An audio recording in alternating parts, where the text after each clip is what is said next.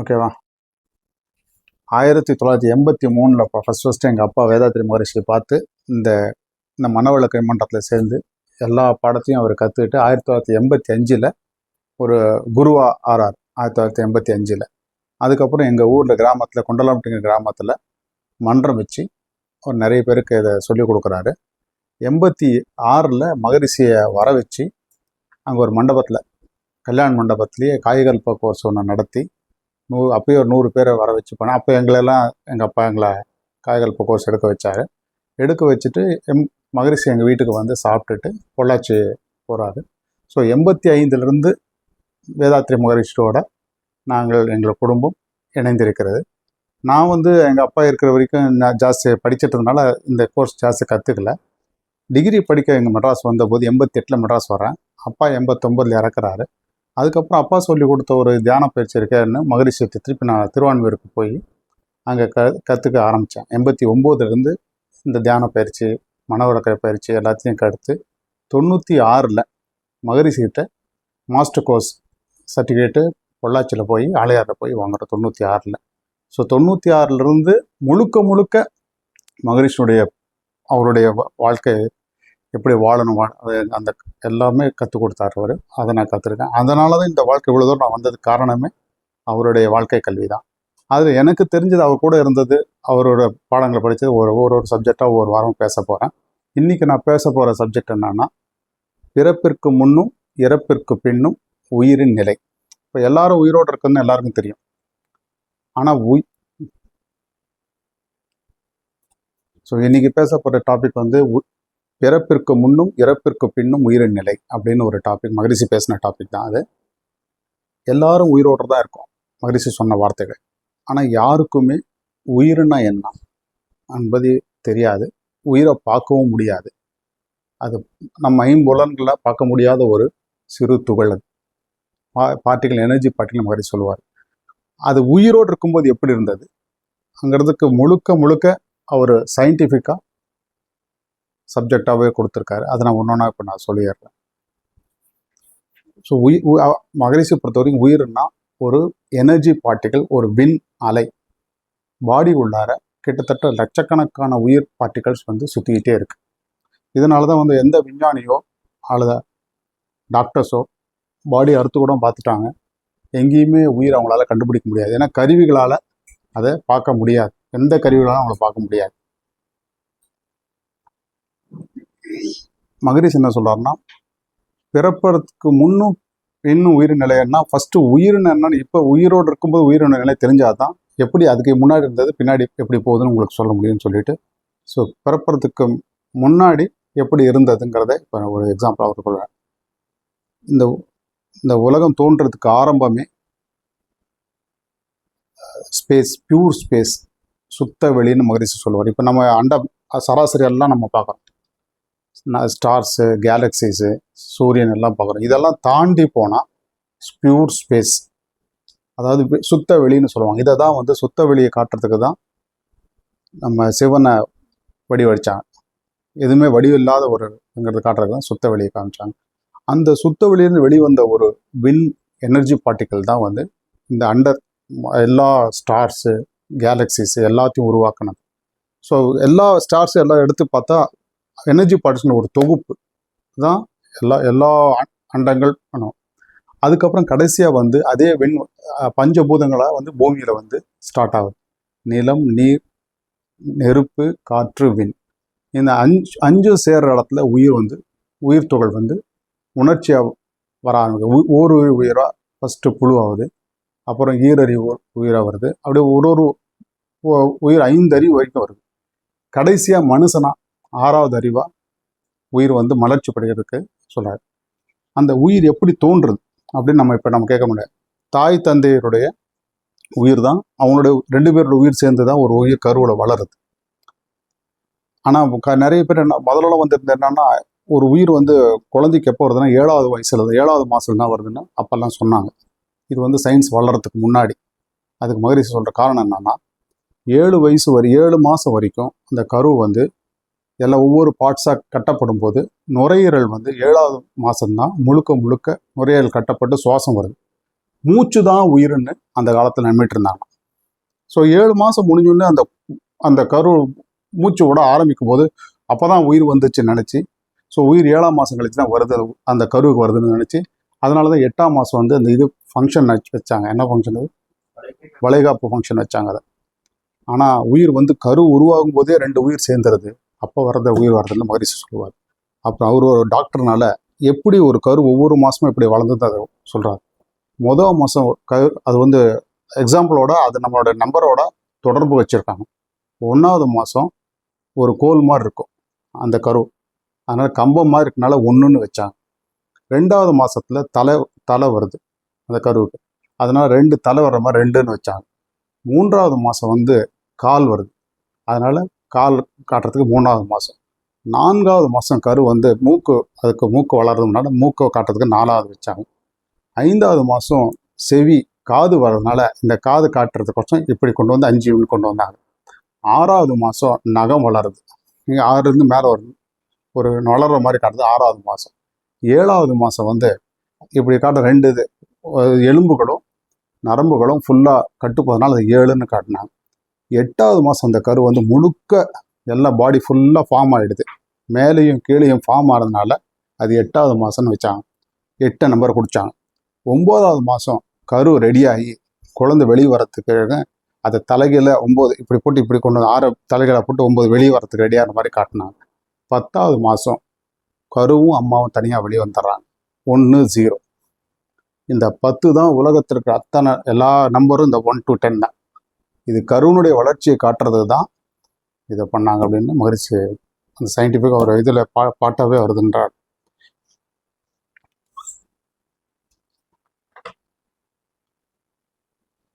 அப்புறம் முக்கியமாக இந்த உயிர் வந்து இது வரைக்கும் உயிரை அறிஞ்சவர்கள் உலகத்தில் மிக மிக மிக சிலர், அதுவும் சித்தர்கள் தான், நம்ம தமிழ்நாட்டு சித்தர்கள் தான். உயிர்னா என்ன, சித்துன உயிர், அவங்க பேர், அதனால தான் சித்தர்கள் பேர். இந்த உயிரின் நிலையை அறிஞ்சவர்கள், நம்ம உடலில் எப்படி உயிர் ஃபங்க்ஷன் ஆகுது, எந்த இடத்துல இருக்குது அப்படின்னு கண்டுபிடிச்சதுனால சித்தர்கள்னு பேர் வச்சாங்க. அவங்க உயிர் வந்து நம்ம உடலில் வந்து முழுக்க ஓடிட்டு இருந்தாலும் ஒரு பார்ட்ஸில், சென்டர் பார்ட்ஸில் வந்து பாடியை ப்ளஸ் பண்ணிங்கன்னா, கூட்டல் போயிட்டுன்னா நெடுமத்தியில் வந்து மூலாதாரம்னு சொல்லுவோம். அந்த இடத்துல உயிரினுடைய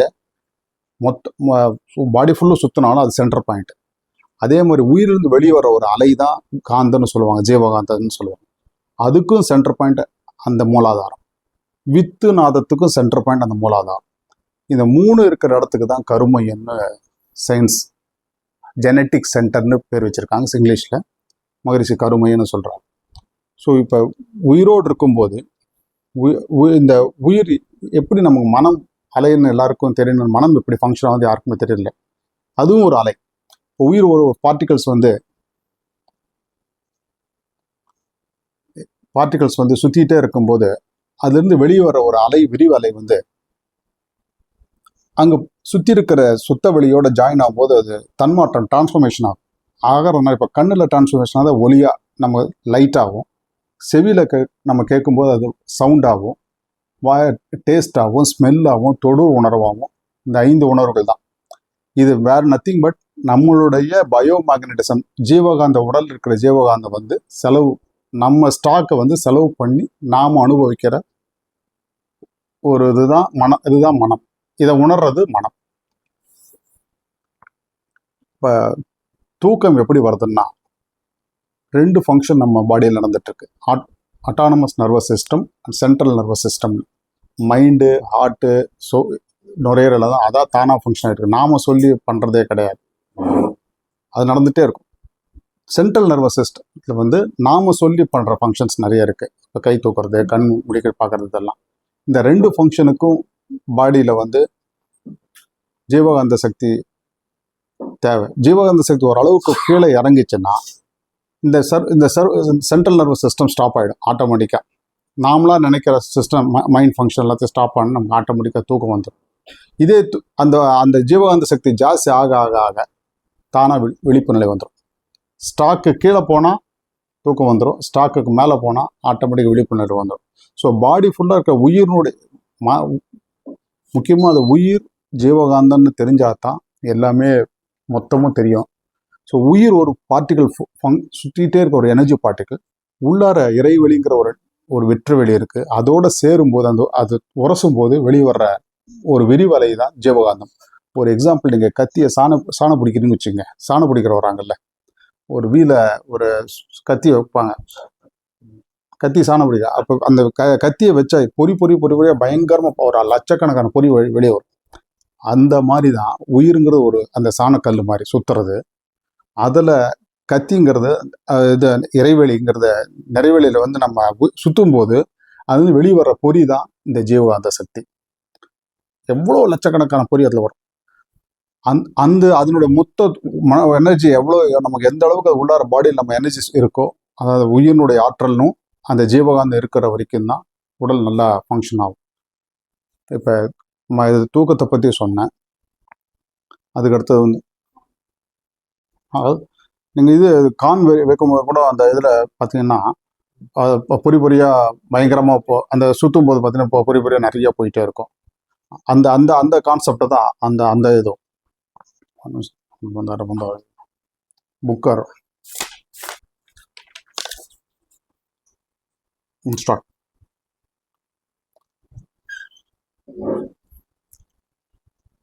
அப்புறம் இது வரைக்கும் நம்ம இன்பம் துன்பம் எல்லாம் நாம் நினைச்சிருக்கோம். வெளியே இருக்கிற பொருளில் தான் நமக்கு இன்பம் வருது துன்பம் வருது அப்படின்னு நம்ம நினைச்சிட்டு இருக்கோம். ஆனால் இன்பம் நம்மளுடைய உயிராற்றலுடைய அந்த ஜீவகாந்த சக்தி எந்த அளவுக்கு வெளியாற்றமோ,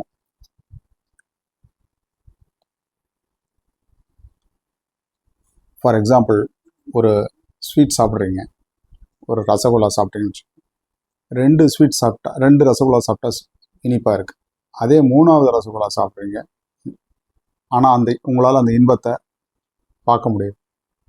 ஏன்னா நம்மளுடைய ஜீவகாந்த சக்தியை செலவு பண்ணித்தான் எந்த இன்பத்தையும் நீங்கள் தூக்க முடியும். ஸோ ஒரு லெவல், ஃபார் எக்ஸாம்பிள் 50 யூனிட் உங்கள்கிட்ட ஜீவகாந்த சக்தி இருக்குன்னு வச்சுங்க. நீங்கள் அந்த இனிப்பை என்ஜாய் பண்ணுற அளவுக்கு அந்த ஸ்டாக் இருந்தால் தான் உங்களால் இன்பத்தை பார்க்க முடியும், அனுபவிக்க முடியும். ஸ்டாக் குறைஞ்சிட்டே வருது, நீங்கள் சாப்பிட்டு இன்னும் குறைஞ்சிட்டே வருதுன்னு வச்சுங்க. 30-20க்கு வந்துச்சுன்னா நீங்கள் 3வது ரசகுல்லா சாப்பிட்டாலும் 4வது ரசகுல்லா சாப்பிட்டாலும் அது இனிப்பாக இருக்காது, நம்மளால் இருக்காது. ஸோ இன்பம் அது தூண்டுதல் தான். இன்பத்தை உணர்றது துன்பத்தை உணர்றது நம்மளுடைய ஜீவகாந்த சக்தியுடைய நிலைமை தான். ஸோ ஜீவகாந்த சக்திங்கிறது தான் பயோ மேக்னட்டிக்னு மகரிஷி சொல்கிறாங்க.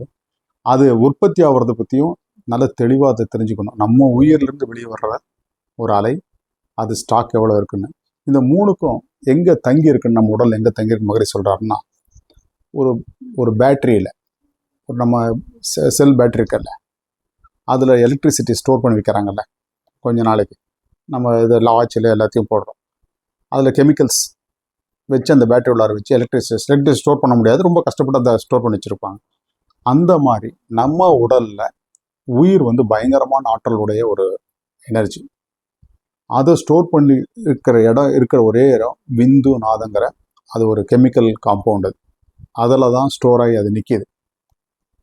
எப்படி பேட்டரியில் எலக்ட்ரிசிட்டி ஸ்டோர் ஆகி நிற்கிதோ அதே மாதிரி நம்மளுடைய விந்து நாதத்தில் தான் அந்த இது உயிர் நிற்கிது. அதிலிருந்து வரக்கூடிய நம்மளுடைய ஜீவகாந்தமும் நிற்கிது. ஸோ அது வித்து உடைந்தால் மரணம்.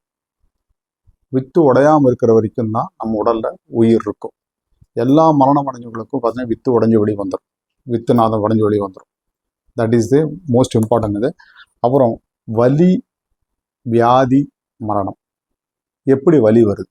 இந்த பாடி ஃபுல்லாக, இந்த உடல் ஃபுல்லாக இந்த உயிராற்றல் ஓடிக்கிட்டே இருக்குது, ஜீவகாந்தம் ஓடிக்கிட்டே இருக்குது.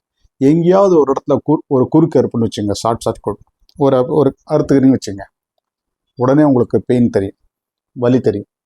ஏன்னா ஓடிட்டு இருக்கிறது தடைபடுது. அந்த உயிராற்றலும் ஜீவகாந்த ஆற்றலும் ஓடிட்டு இருக்கும்போது தடைபடும் போது அந்த இடத்துல எரிச்சலாம். இப்போ நீங்கள் மிஷின்லாம் ஏதாவது எலக்ட்ரிசிட்டி ஷார்ட் சர்க்யூட் ஆனால் அந்த இடத்துல உடனே பெரிய இது வந்துடும், ஃபயர் வந்துடும். அந்த மாதிரி ஷார்ட் சர்க்யூட்டை. ஸோ வலிங்கிறது நம்ம ஜீவகாந்த ஆற்றல் தடைபடுறது. உதாரணத்துக்கு நான் கட் பண்ணி வச்சுக்கோ, ஒரு கை கட்டாதுன்னு வச்சு, கையில் ஏதோ ஒரு காயம் ஏற்படுது, அந்த இடத்துல ஒன்றும் பிளட் வரலாம். பிளட் வராமல் இருந்தால் கூட லைட்டாக கட் ஆனால் கூட எரிச்சல் பயங்கரமாக பெயின் இருக்கும். So it's is nothing but short circuit of the our energy. வியாதின்னா அதே ஷார்ட் சர்க்யூட் வந்து காலத்தால் நீட்டுச்சு. இது வந்து இந்த பெரிய லெவலில் போகுது.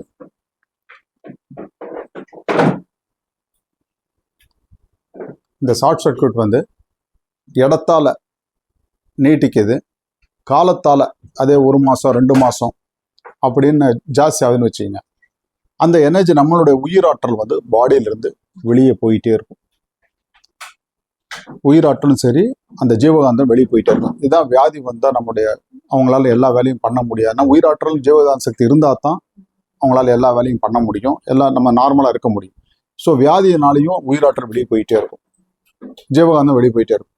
இறுதியாக இந்த இந்த ஜீவகாந்த உயிராற்றலும் ஜீவகாந்தமும் குறைய குறைய குறைய என்ன ஆகும்னா, உயிர் தங்கி இருக்கிற இந்த வித்து நாதத்தில் போய் அங்கேயே ஷார்ட் சர்க்யூட் ஆகும்.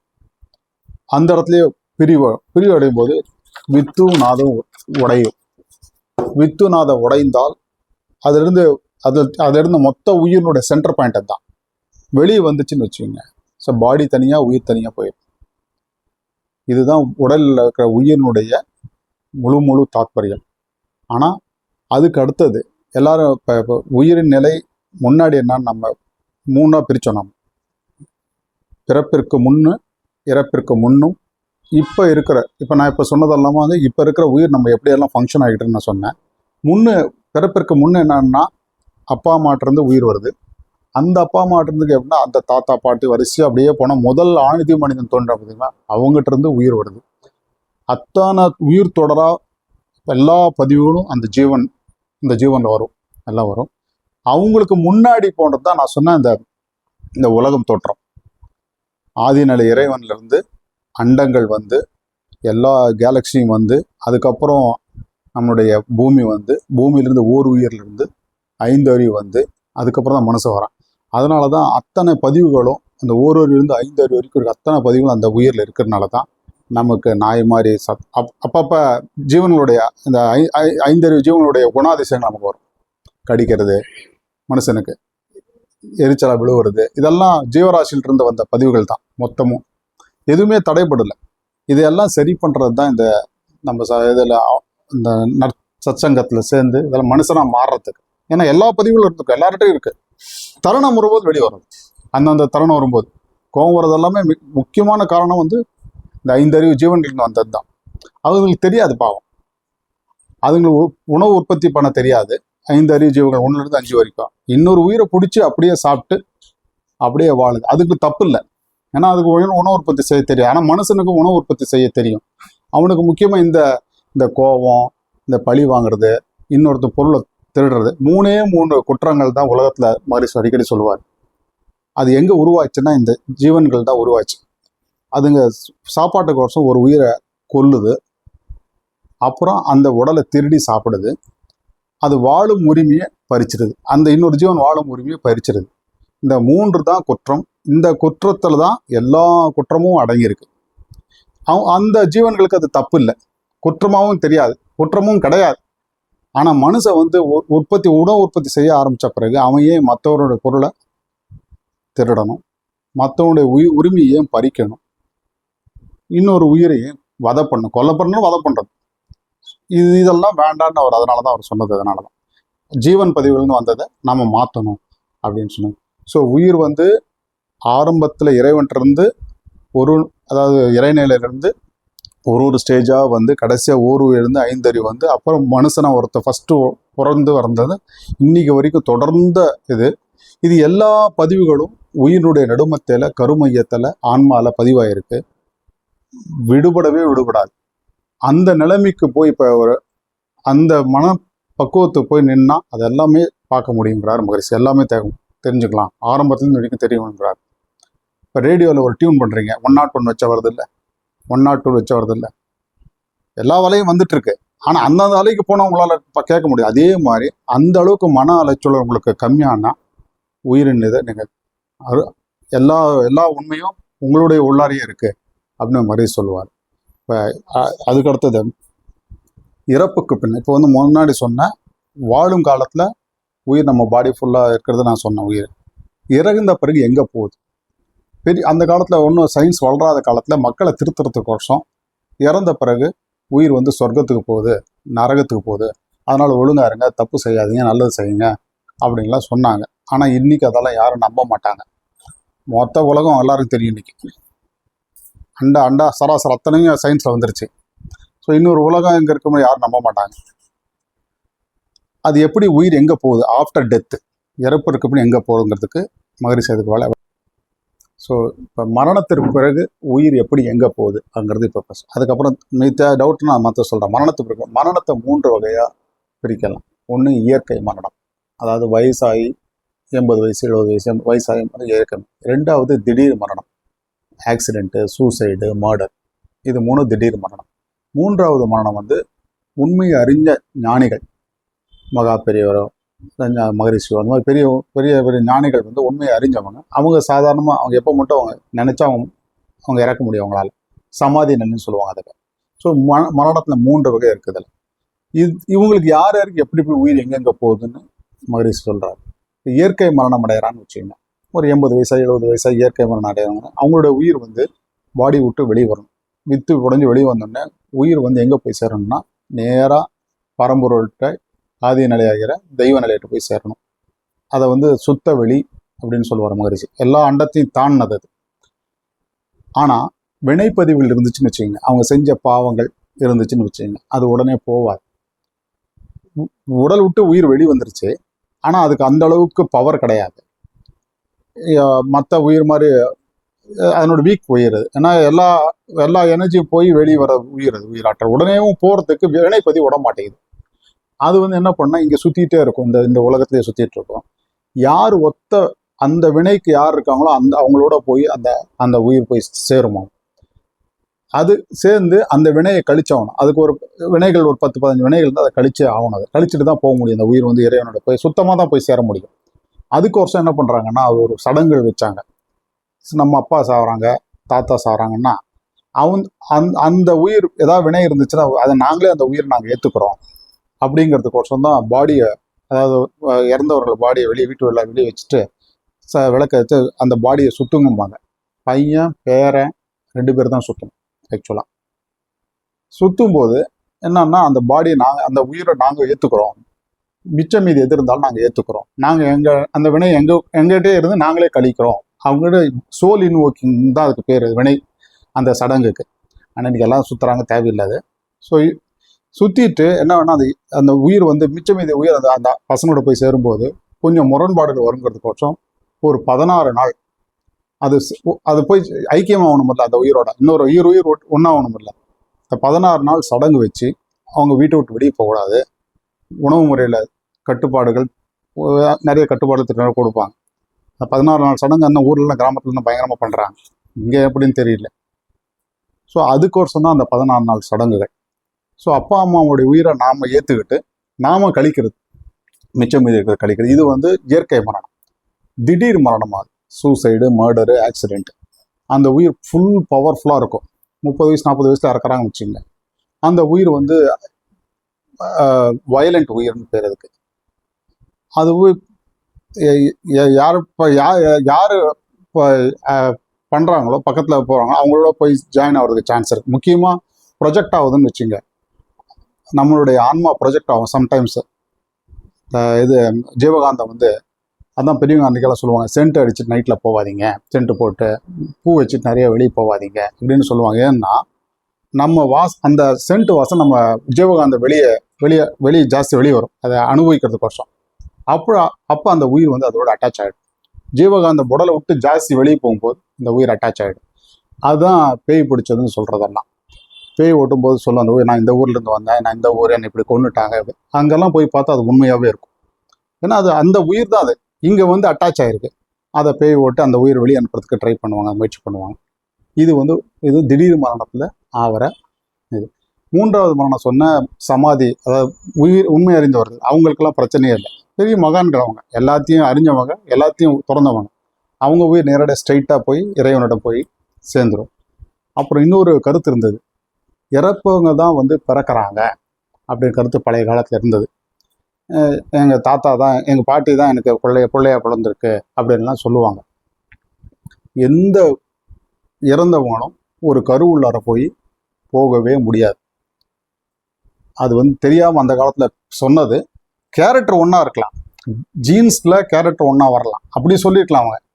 ஆனால் ஒரு இறந்த உயிர் வந்து ஒரு கரு உள்ளார போகாது. ஏன்னா ஏற்கனவே அந்த கரு உள்ளார 2 உயிர் இருக்கு, அப்பா அம்மாவுடைய உயிர் இருக்கு. ஸோ இறந்தவங்களுடைய உயிர் வந்து ஒரு சின்ன குழந்தையோட கரு உள்ளார போகவே போகாது. மகரிஷி தெளிவாக சொல்றாரு, அது ஒத்துக்காது. ஆனால் சில சமயத்தில் கரு உற்ற ஒரு பெண் ஏற்கனவே அவங்க ஒரு தொடர்புடைய உயிர் அவரோட ஜாயின் ஆயிருந்துன்னு வச்சுக்கோங்க. இப்போ அவங்க அப்பா அம்மாவோ யாரோ உயிர் தொடர்பாக இருந்தனா அந்த கேரக்டர் அவங்களுக்கு பாஸ் ஆகிறதுக்கு வழி இருக்குது. ஃபார் எக்ஸாம்பிள், ஒரு உதாரணமாக, ஒரு பெரிய மகான் நினச்சிட்டே இருக்காங்க ஒரு அம்மா. ஒரு அறிவாளியோ அறிஞரையோ எப்போ பார்த்தாலும் அவங்க நல்லவர் அப்படின்னு நினச்சிட்டாங்கன்னா, அவர் இறக்கும்போது அந்த உயிர் இந்த அம்மாவோட வந்து ஜாயின் ஆகலாம். அப்போ அந்த மகனுடைய அறிவாற்றல், திறன் எல்லாமே, உயிர் எல்லாமே அந்த கருவுக்கும் போகும். ஒரு குழந்தை அந்த குழந்தை பிறக்குன்னு வச்சுங்க. மகரிஷி என்ன சொல்கிறோம், அந்த மாதிரி ஒரு கருவில் அட்டாக் ஆகி அம்மாவிட்டிருந்து வந்துச்சுன்னா மோஸ்ட்லி ஒரு 12 மாதத்தில் அந்த குழந்தை இறந்துடும் அப்படின்றார். 12 மாதத்துல இல்லை 12 வருஷத்தில் இறந்துடும் அம்மா. அப்படி இல்லாமல் சான்ஸ் இருந்துச்சுன்னு வச்சிங்கன்னா அந்த மகானுடைய அத்தனை அறிவாட்சியும் அந்த குழந்தைக்கு வரும்.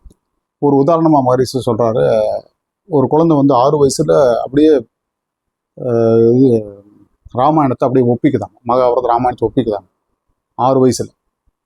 அவர் மகரிஷியை பார்த்துருக்காரு, ரிஷிகேஷில் பார்த்துருக்காரு. அவர் சொல்கிறாரு, எல்லாரும் சொல்கிறாங்க அந்த பொண்ணு படிக்கலை, ஒன்றும் இல்லை, 6 வயசில் எப்படி இது சாத்தியம்னு. சரி, நான் மகரிஷி நான் பார்க்குறேன்னு அவர் நேரடியாக போனார், பார்த்தாரு.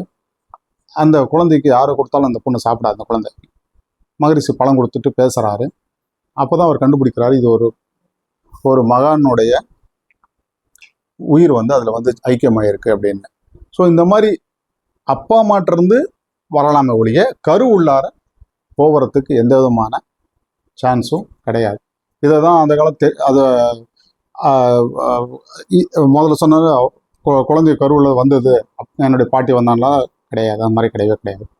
ஆனால் ஜீன்ஸில் அவங்க கேரக்டர் வரலாம், பாட்டுடைய கேரக்டர், தாத்தாவுடைய கேரக்டர் ஜீன்ஸில் வரலாம், இதெல்லாம் வரலாம். ஸோ சொர்க்கம் நரம்புங்கிறதெல்லாம் வந்து மக்களை வந்து முறைப்படுத்துவதற்கும் வழிபடுத்துவதற்கும் வந்த ஒரு நல்வழி தானே ஒழிய, உயிர் உடலை விட்டு பிரிந்தால் நேராக சேர வேண்டியது சுத்தவெளி இறைவனை தான். பதிவுகள் இருந்தால், அவன் செஞ்சது நல்லதுக்கு செய்யறது இருந்தால், அது கோர்ஸ் இங்கே தொக்கி இருந்து ஒத்த உயிரோட ஜாயின் ஆகி அதை கழிச்சிட்டு மறுபடியும் அதுவும் போய் தான் சேர்ந்தவன். இதுதான் வந்து உயிரினுடைய நிலை, பிறக்கும்போது முன்னாடியும் பின்னாடியும். ஸோ உயிர்ன்றது ஒரு பொருள் மாதிரி கிடையாது, இந்த ஒரு பொருள் மாதிரி கிடையாது, அது ஒரு அலை. அதனால தான் அது ரொம்ப மைனூட்டான பார்ட்டிக்கிள், அது எனர்ஜி பார்ட்டில். அதுக்கு அளவு முறை ஒரு சித்தர் கொடுத்துருக்காரு. ஒரு பசுவினோட ரோமன்னா மயிர் எடுத்து சின்னோண்டு எடுத்து அந்த கணத்துக்கு தகுந்த மாதிரி எடுத்து 1,00,000 கூறு போட்டா, இம்பாசிபிள், அதை போட முடியாது, அப்பயே ஒரு கணிப்பு தான். 1,00,000 கூறு போட்டால் எவ்வளோ நுணுக்கமாக இருக்கும். அந்த நுணுக்கமாக இருக்கிறதா உயிர் துகள். அது ஒன்றும் இல்லை, பாடியில் எக்கச்சக்கமாக சுற்றிட்டு இருக்குது. ஸோ அந்த உயிர் தெரிஞ்சாதான் இந்த உயிர் எப்படி அறிவுறது அப்படின்னு ஒரு கொஸ்டின் வந்துச்சு. எப்படி ஞானிகள்லாம் அறிஞ்சாங்கன்னா, சித்தர்கள் அறிஞ்சாங்கன்னா, இந்த உயிரிலிருந்து வெளிவர்ற படற்கைன்னு தான் மனம். நம்ம சொல்கிறோமே மைண்டு, மனம்ன்ற எவ்வளோ படுத்து நம்மளை எப்போ பார்த்தாலும் நமக்கு திங்கிங் வந்துட்டே இருக்குது, எண்ணங்கள் வந்துட்டே இருக்குது அப்படின்னா அந்த மனத்தினால தான் வருது. உயிர்ந்து வெளியே வர ஒரு அலை வந்து அந்த மனத்தை வந்து மறுபடியும் உயிர் மேலே வச்சா மனம் ஃபங்க்ஷன் ஸ்டாப் ஆகும், நிற்கும் அப்படின்னு அவங்க ஞானிகள் சித்தர்கள் கண்டுபிடிச்சாங்க. அப்படி நிறுத்தி தான் இந்த உயிரை அறிஞ்சாங்க. உயிரினுடைய மறுமுனை தான் இறைவன், உயிரினுடைய சென்டர் பாயிண்ட் தான் இறைவன், அறிவு இறைவன். ஸோ இது 3 மறைபொருட்கள்னு சொன்னாங்க. இறைவன், உயிர், மனம், இது 3 மறைபொருட்கள்ட்டாங்க. ஏன்னா பார்க்க முடியாது, கேட்க முடியாது, எதுவுமே நம்ம 5 சென்சஸால், நம்ம 5 புலன்களால் தொட்டு பார்க்க முடியாது இந்த உயிரினுடைய நிலை. இந்த மனம் பற்றி ஒரு தெளிவாக சொல்லிடுறேன். மனம் எப்படி ஃபங்க்ஷன் ஆகுது அப்படின்னு முதல்லலாம் வந்து கிடையாது. இப்போ வந்து அதுக்கு மனம் ஃபங்க்ஷன் ஆகிறதுக்கு கருவி வந்துருச்சு. இப்போ எலக்ட்ரோ என்சைக்ளோகிராஃப்னு ஒரு இஇஜின்னு ஒரு மிஷின் வந்துருச்சு. நம்ம மைண்டு வந்து 4 ஸ்டேட்டில் ஃபங்க்ஷன் ஆகுது, 4 இதில் ஃபங்க்ஷன் ஆகுதுன்னு சொல்லியிருக்காங்க. இப்போ நம்ம எல்லாம் உட்காந்துட்ருக்கோம், இது வந்து 14 to 40 சைக்கிள்ஸ் பர் செகண்ட் இப்படிங்கிறதுக்குள்ள 14லேருந்து 40 வரைக்கும் சுற்றிடும். ரொம்ப கோபமாகும்போது 30-40 போகும், மனம் சுற்றும். ஒரு அலை தான் அது சுற்றும். அது பயங்கர கோபமாக இருக்கும்போது விழிப்பு நிலையில் 14லேருந்து 40 வரைக்கும். அதே தூங்குறோம்னு வச்சுங்க, இதுக்கு பேர் பீட்டா வேவ்னு பேர். இப்போ நம்ம எழுச்சிட்டு இருக்குது தூக்கம் தவிர மீது இருக்கிறதெல்லாம் இந்த 14லேருந்து 14 செகண்ட்ஸ் சுற்றிக்கிட்டே இருக்குது. தூக்கத்துக்கு போகிறோம், தூக்கத்துக்கு போனால் 7லேருந்து 14 வரைக்கும் சுற்றும், மெதுவாக சுற்ற ஆரம்பிக்கும் நம்ம மைண்டு. அப்போ தான் அது ஆல்ஃபா வேவ்னு சொல்லுவாங்க. அதனால தான் நமக்கு நல்லா தூங்கினா நல்லா இருக்குன்றோம், நிம்மதியாக இருக்குன்னா மனம் மெதுவாக சுற்றுது. அதுக்கு அடுத்த ஸ்டேஜ் தூக்கத்திலே கனவில்லாத தூக்கம் சில நாள் இருக்கும், ட்ரீம்லெஸ் தூக்கம்னு சொல்லுவாங்க. கனவில்லாத, மோஸ்ட்லி கனவு, ஒரு நாள் கனவு இல்லாமல் இருக்கும்.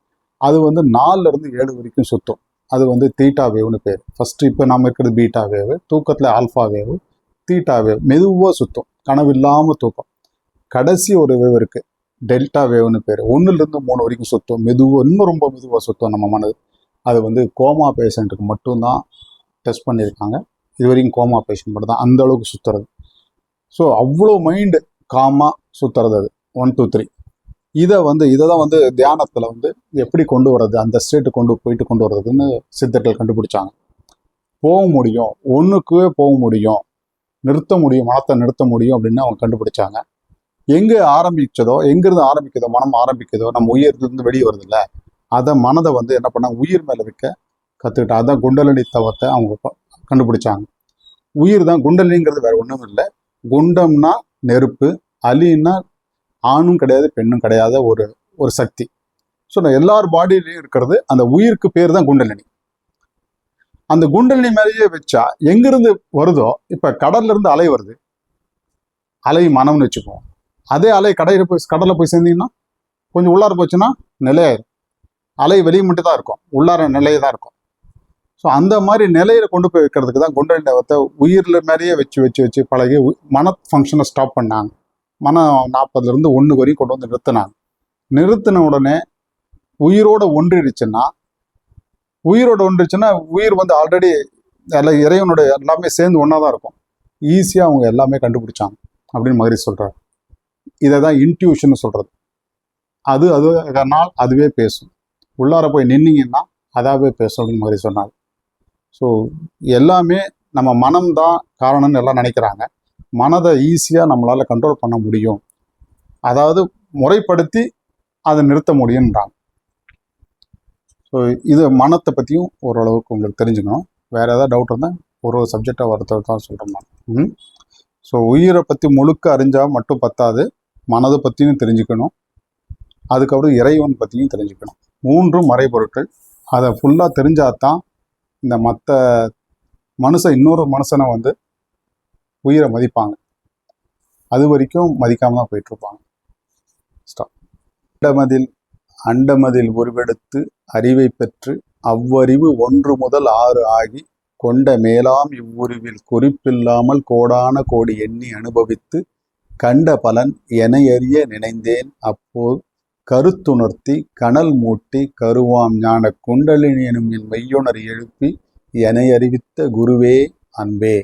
அடுத்தது, அறிவேதான் தெய்வம் என்றார் தாயுமானார், அகத்ததுதான் மெய்ப்பொருள் என்று எடுத்து காட்டி அறிவதனை அறிவித்தார் திருவள்ளுவர், அவ்வறிவை அறிவதற்கு முறைகள் சொன்னார் அறிஞர் திருமூலர், அவ்வறிவில் ஆழ்ந்து ஆனந்த கவியாத்தார் ராமலிங்கர், அறிவில் அறிவாய் நிலைத்து அறம் வகுத்தோர் அதை வாழ்ந்து காட்டினோர் நினைவு கூர்வோம். வாழ்க வளமுடன். மகரிஷி எப்பயுமே எது ஸ்டார்ட் பண்ணும்போது இந்த 2 பாட்டை ஆரம்பிச்சிருந்தேன். ஏன்னா குரு வணக்கம்னு சொல்லிட்டு இந்த உலகத்தில் பிறந்து வளர்ந்து வர்றோம், எவ்வளோ கோடான கோடி எண்ணி நினச்சிருக்கோம். ஆனால் இந்த உயிரை அறிவதற்கு குரு அவருடைய ஆற்றலால் இந்த கருமையத்தை தொட்டு நம்ம இந்த ஜீவனை தொட்டு மேலே கொண்டு வந்து நிறுத்தி இந்த குண்டலினியை எழுப்பி உயிர் அறிய வச்சார். அதனால் அவருக்கு என்னோட அன்பான வணக்கம்னு அவர் சொல்லுவார் அவருக்கு, குருவுக்கு. 2வது தாய்மான இதை எல்லாம் பெரிய மகான்கள்லாம் வந்து அறிவு தான் தெய்வம்னு, நம்ம உள்ள இருக்கிறது இதுதான் தெய்வம்னு அவங்க சொன்னதை பற்றி அந்த பாட்டு 2வது பாட்டையும் அவரை சொல்லி முடிச்சிருப்பாரு.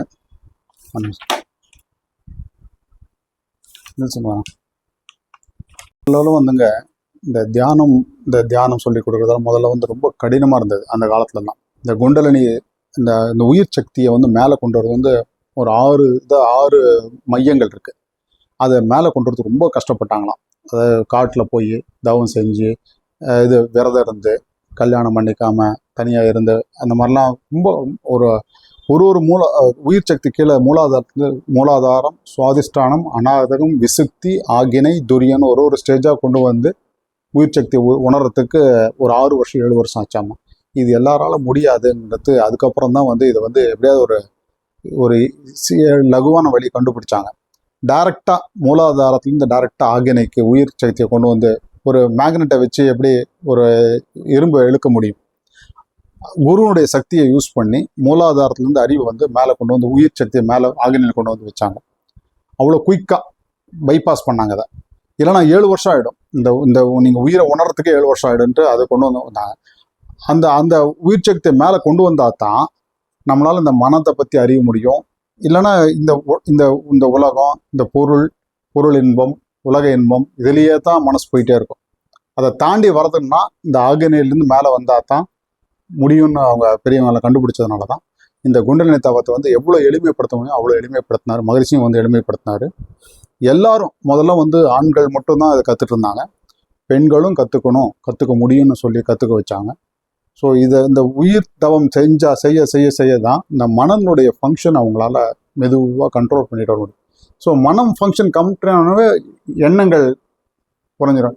எண்ணங்கள் நிறைய ஆக தான் நமக்கு எல்லா பிரச்சனையும் நாமளே போட்டு அதோட முக்கியமாக சொல்லுவார், உணவு, உழைப்பு, உடலுறவு,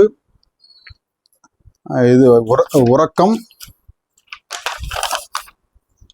5ல் வந்து எப்பயுமே வந்து நம்ம ஜாஸ்தியும் அலட்சியமும் பண்ணக்கூடாது, முறை தவறும் யூஸ் பண்ணக்கூடாது, அதிகமாகவும் யூஸ் பண்ணக்கூடாது. இந்த 5 அப்போ தான் நம்ம உயிர் சக்தி உடலில் நமக்கு நல்லா இருக்கும்னு அவர் தெளிவாக சொல்லுவார். ஸோ எண்ணமும் அதில் ஒன்று. நிறைய எண்ணம் நினைக்க என்னன்னா போய் ரெக்கார்ட் ஆகிடும். எல்லாமே எப்படி கம்ப்யூட்டரில் சிப்பில் போய் ரெக்கார்ட் ஆகிற மாதிரி நம்மளோட ஜெனட்டிக் சென்டரில் போய் ரெக்கார்ட் ஆகிடும். திருப்பி அது வந்துகிட்டே இருக்கும். நமக்கு ஒரு தடவை நினைக்கிறது ஈஸி தான். எண்ணங்கள் ஜாஸ்தி நம்ம அதை பயன்படுத்தக்கூடாதுன்னு சொல்லுவார். ஸோ எண்ணங்கள் வந்து மனதுனால தான் வருது. அந்த மனதை நம்ம ஃபங்க்ஷன் ஸ்டாப் பண்ண போகிறோம். ஸோ அதனால் உயிர், இந்த மறைபொருட்கள் இன்றைக்கி நீங்கள் தெரிஞ்சது இறைவன், உயிர், மனம் 3 மறைபொருட்கள் தெரிஞ்சிச்சு. அது ஒரு சொல்லுவார், மனதை அடக்க நினைந்தால் அடங்காது. அது ஒரு குரங்கு மாதிரி போயிட்டே இருக்கும். ஆனால் அதை அறிய நினைந்தால் அது அடங்கும். மனதை அறிய நினைக்கணும் அப்படிம்பார். அது இந்த தியானத்தினாலையும் இந்த மனவளக்கலை பயிற்சினாலையும் கண்டிப்பாக முடியும். தேங்க்யூ. எல்லாருக்கும் நன்றி. வாழ்க வளமுடன்.